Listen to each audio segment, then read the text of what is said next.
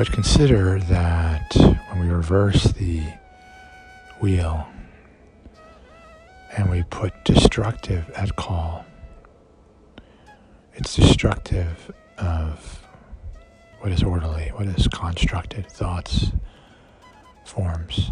It is destructive to them when we are called to the bardo. The bardo is useless in that way. It doesn't have any ability to do anything. It allows everything. Like the Tao, it just is water. Its uselessness is what nourishes.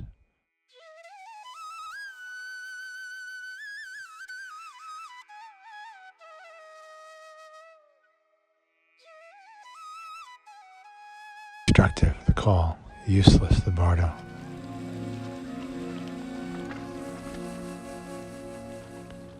Useful. The willingness to return to the trial is useful. The trial is where wu-wei can happen. Wu-wei can't really happen in the bardo because the bardo is wu-wei. You have no choice but to be wu-wei when you're dissolved, when you're destroyed. But if you're called to the bardo, then you return to the trial to see if you can surrender, admit it's unmanageable. Have compassion for the inability to follow the vow of poverty, chastity, and obedience. Obedience defined as making this moment about this moment, supported by unconditional self-acceptance and humbly appreciating or accepting not knowing.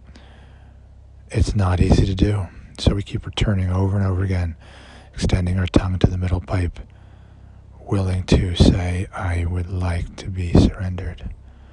I would like to hand my will over to you, Lord, or fate, or the Tao, or the moment. This is why we're drawn to falling in love and to drugs and alcohol.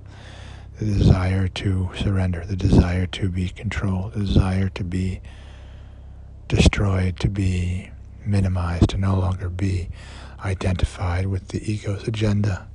Negative adaptive child, sphere 8, negative free child, sphere 7. We want to return to sphere 1.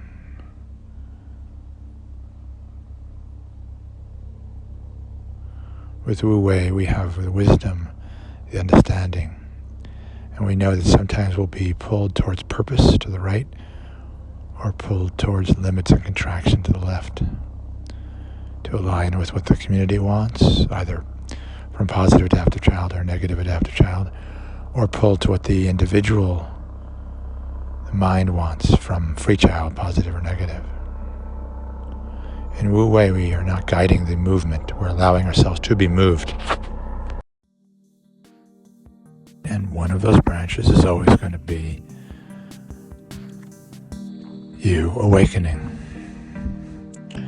And the hope for that, or the optimism for that, or the knowledge of that, or the faith in that is what brings God back into this moment to live as you in this body-mind.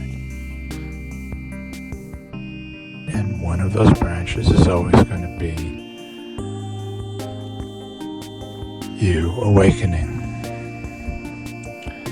And the hope for that, or the optimism for that, or the knowledge of that, or the faith in that is what brings God back into this moment to live as you in this body-mind.